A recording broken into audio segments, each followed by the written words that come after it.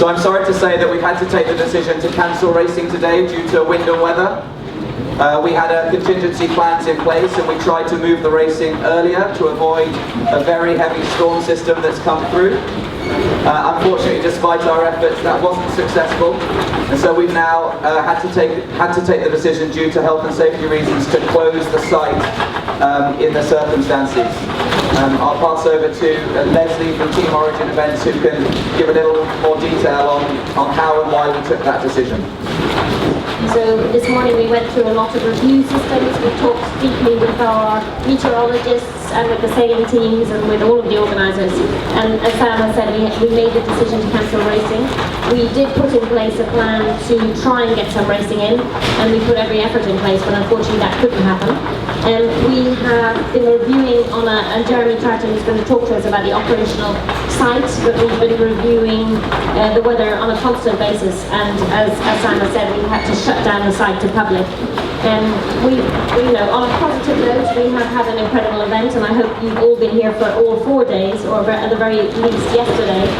I think yesterday showed us what the event could bring when the conditions are right. I don't think I've ever seen such fantastic conditions for an America's Cup event.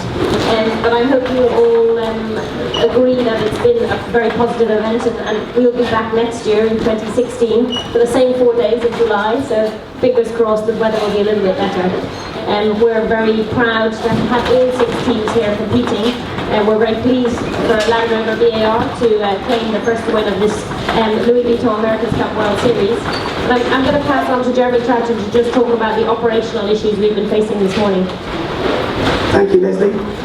As Leslie said, and as is very obvious, we've got some pretty strong winds out there. The forecast was for this to materialise quite a bit later.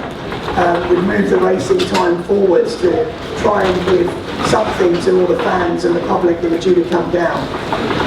In any large event, when you've got big crowd movements, public safety is an absolute priority for us. We're monitoring the wind very closely, and when the wind increased much earlier than expected, we spoke to our professional meteorologist, who confirmed that higher gusts were expected as the weather front moves through.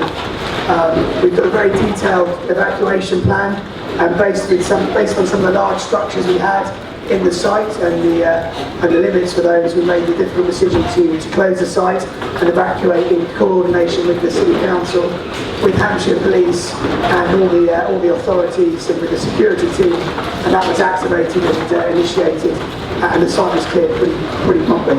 So we apologise for the inconvenience, but as we said, who controls the British weather? Thank you.